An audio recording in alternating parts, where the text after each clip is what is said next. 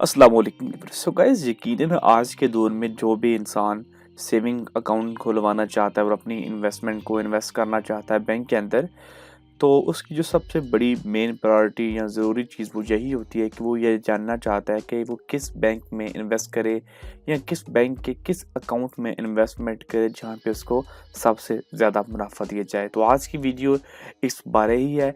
मैं आपको इस वीडियो के अंदर 3 ऐसे अकाउंट्स बताने वाला हूँ जिनके अंदर आपको मुनाफा जो है वो बाकी तमाम बैंक अकाउंट्स की बनिस्बत ज़्यादा दिया जाता है, और आपको मुकम्मल तफसीलात से भी आगाह करूँगा और एंड पे आपको ये भी बताऊंगा कि ये सूद के ज़ुमरे में आता है या नहीं आता है। तो आपने वीडियो को पूरा देखने ताकि आपको हर चीज़ क्लियर कट पता चल सके। मैं आपसे कुछ छुपाने वाला नहीं हूँ कि जी ये सूद नहीं है, ये फ़लाँ नहीं है। तो जो चीज़ होगी वो आपके सामने हकीकत में रखी जाएगी और आप मेरी इस बात का यकीन भी करेंगे एट द एंड। तो वीडियो को आप लोगों ने पूरा एंड तक वॉच करना है, और अगर आप बिज़नेस विद अली के ऊपर पहली दफ़ा आए हैं तो सब्सक्राइब करना मत भूलिएगा। तो हमारी लिस्ट पे जो पहला अकाउंट है वो नेशनल बैंक का NBP प्लस TDC यानी कि नेशनल बैंक का टर्म डिपॉजिट अकाउंट है। और अगर इसकी मैं प्रोडक्ट डिटेल के अंदर जाऊं तो इसके अंदर आपको जब एक टर्म डिपॉजिट सर्टिफिकेट है जिसके अंदर आप तकरीबन 10 साल तक के लिए इन्वेस्टमेंट कर सकते हैं। रनिंग फाइनेंस आपको मिल सकता है 90%, यानी कि आप जो इन्वेस्टमेंट करते हैं उसके अगेंस्ट यहाँ से आप लोग लोन भी ले सकते हैं। प्रॉफिट जो आपको मिलेगा वो मैच्योरिटी पे मिलेगा। तो इस अकाउंट का सिर्फ यही एक दिक्कत है, मसला है। अदरवाइज इस अकाउंट पे जो प्रॉफिट मिलता है उसको कोई भी बैंक इसके नज़दीक भी नहीं है। एक तो होता है ना कि थोड़ा बहुत फ़र्क है, तो कोई भी बैंक इसके नज़दीक भी नहीं आ सका। अट्रैक्टिव प्रॉफिट रेट है जो कि मैं आपको आगे चल के बताऊंगा। पर्पस क्या हो सकता है? फॉर दोज हो high net worth individuals and corporate, जो भी हैं वो जो इनके पास अच्छे खासे पैसे हैं वो इसके अंदर जब इन्वेस्टमेंट कर सकते हैं। कोई भी बंदा इंडिविजुअल हो, गवर्नमेंट का हो, किसी एजुकेशनल इंस्टीट्यूट का हो, कोई प्रॉपर्टी शिप वाला हो, कोई भी हो, वो इसके अंदर इन्वेस्टमेंट कर सकता है। तो यहाँ पे अगर हम लोग एग्जिस्टिंग रेट्स के ऊपर आ जाएं तो यहाँ पे ज़रा आप मुलाहिज़ा करें तो यहाँ पे सबसे पहला जो खाना है वो यहाँ पे पीरियड लिखा हुआ है 1 से 10 साल के लिए, और यहाँ पे लिखा हुआ है ये आपकी इन्वेस्टमेंट के हिसाब से प्रॉफिट लिखा हुआ है। यानी कि अगर आप 1 रुपये से लेके 5 लाख रुपए तक की इन्वेस्टमेंट करते हैं तो उसके ऊपर आपको इतना बिल तरतीब मुनाफा दिया जाएगा। और आप नोटिस कीजिए यहाँ पे 31% तक का आपको मुनाफा देखने को मिलता है।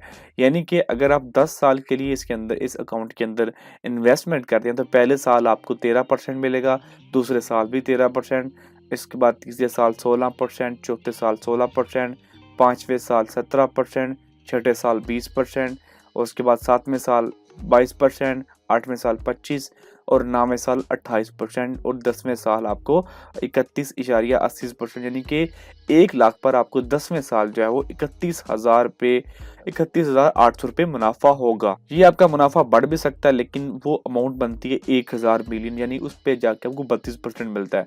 तो इसमें कुछ ज़्यादा इजाफा नहीं होता, लेकिन यहाँ पे मिनिमम इन्वेस्टमेंट के ऊपर भी आपको यहाँ पे अच्छा खासा मुनाफा देखने को मिलता है, और इतना मुनाफा कोई भी और बैंक आपको यहाँ पे नहीं देता है। तो अगर आप इन्वेस्टमेंट करने जा रहे हैं और आपको मुनाफा हर माह नहीं चाहिए, आप सब्र कर सकते हैं, तो मेरे ख्याल में ये one of the best account आपके लिए हो सकता है जिसके अंदर आपको एक अच्छा रिटर्न देखने को मिलेगा। आगे हम बढ़ते हैं जी। उसके बाद हमारी लिस्ट पे जो दूसरा अकाउंट है उसका नाम है HBL का एडवांटेज प्लस अकाउंट। ये भी एक अच्छा खासा अकाउंट है। HBL के एडवांटेज के अंदर 2 अकाउंट्स है, एक एडवांटेज प्लस है और एक एडवांटेज सादा होता है।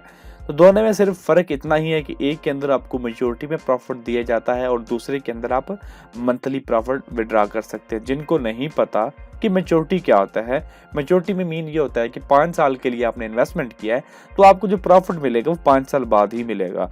तो मेच्योरिटी में आपको इंतज़ार ज़्यादा करना पड़ता है और मंथली पे आपको हर मंथ मुनाफा दे दिया जाता है।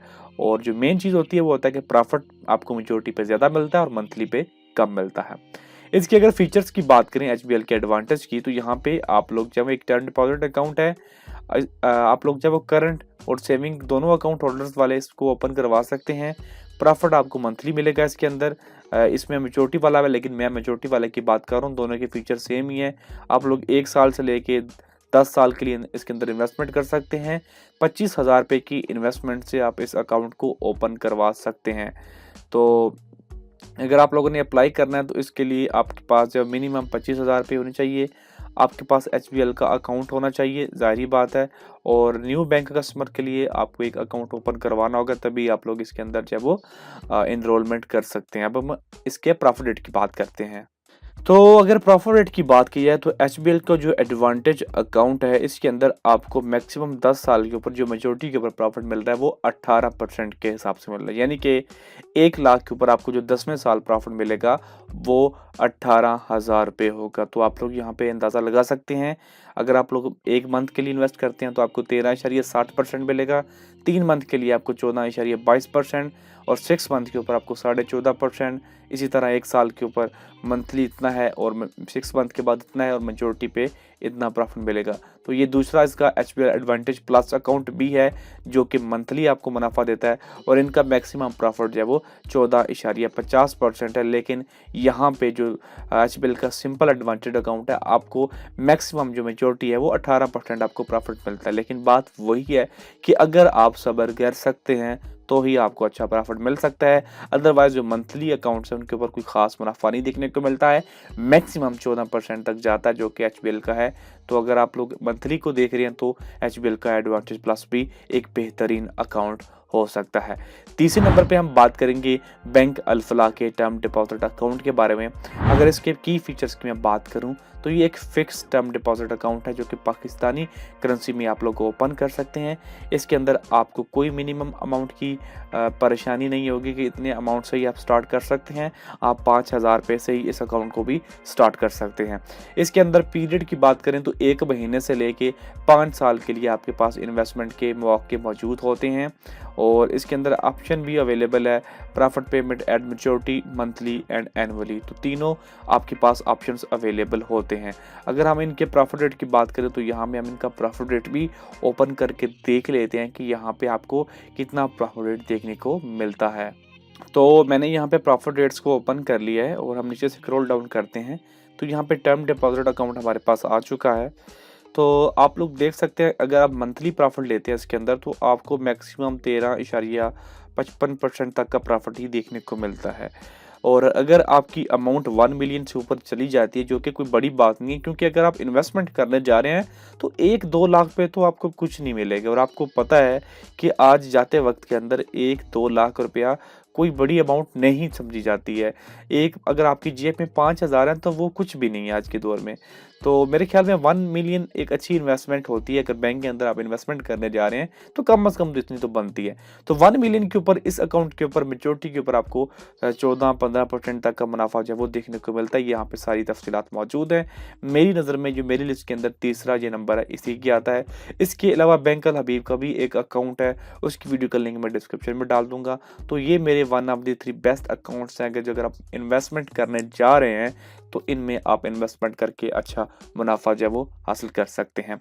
अब बात आती है मेन टॉपिक के ऊपर। मेन जो उसका ऑप्शन है वो ये है कि क्या ये सूद में आता है, क्या ये हलाल है या नहीं है। तो देखिए, क्लियर कट बात जो है, ये सूद में आता है और ये बैंक भी इसको सूद ही डिक्लेयर करते हैं। कोई भी बैंक ये नहीं कहता कि जी ये इस्लामिक में आता है। तो देखिए, लोग इस्लामिक में इन्वेस्टमेंट एक तो इस वजह से नहीं करते हैं कि वहाँ पे मुनाफा कम मिलता है।